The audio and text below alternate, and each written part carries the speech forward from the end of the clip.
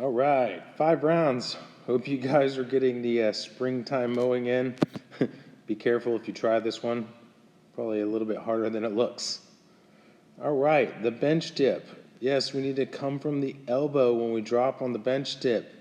Keep your hips close to the bench. You're trying to bend at the arm at least 90 degrees, then pushing up to a supportive position. Do not drop your hips forward and hinge. This is something totally different, but it is not a dip. Make it a little tougher, straighten the legs, so make it just a little more leverage on you. Although I do know this can be a little tough on people's shoulders if you're way outside with the hips. If you have 2 chairs that are stable, in between, you can get your hips a little closer to your hands. It feels a lot better to me when I do it like this. And then there's the full-on dip. If you have the equipment or you got some chairs, you got some things you could do it on. Remember, active shoulders, the most important part of the dip. I know you guys wouldn't forget that one.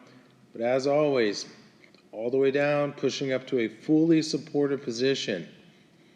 All right, single leg hip bridges. Driving your heel into the ground. Again, trying to push up, creating the straight line between your knee and your shoulder. Really feel the glute at the top, trying to drive the other knee up and over. I'm going to go ahead and incorporate my laundry bottle weight here filled with sand. Just a little extra if you want to throw it onto the hips. A little harder to stabilize there. And then the bench, again, you could do this on your couch. It's probably a little bit tougher variation. Again, you could add weight to your hips if you want to, but down, trying to drive the hip up. Candlesticks. You get creative, corner of the couch maybe, just make sure it's weighted down. You're not going to pull it up or slide it around. The idea is to come up to the top and lower yourself down in a controlled manner, hypothetically a long, extended, hollow position. This is a lot harder than it seems. If you need to, bend your knees, but same thing, lowering out to a nice and controlled extension down to the ground. All right, got a few of those in there, didn't I?